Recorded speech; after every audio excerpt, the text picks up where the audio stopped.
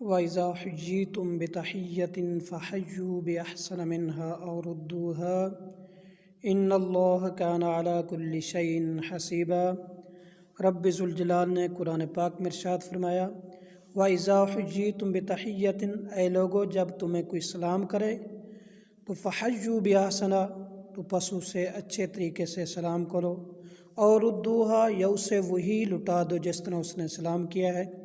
ان اللہ کان علی کل شیء حسیبا، بے شک اللہ تعالیٰ ہر چیز پر حساب لینے والا ہے۔ احباب ذی وقار، سلام کرنا سنت رسول ہے، اور سلام کا جواب دینا مسلمان مومن پر واجب ہے۔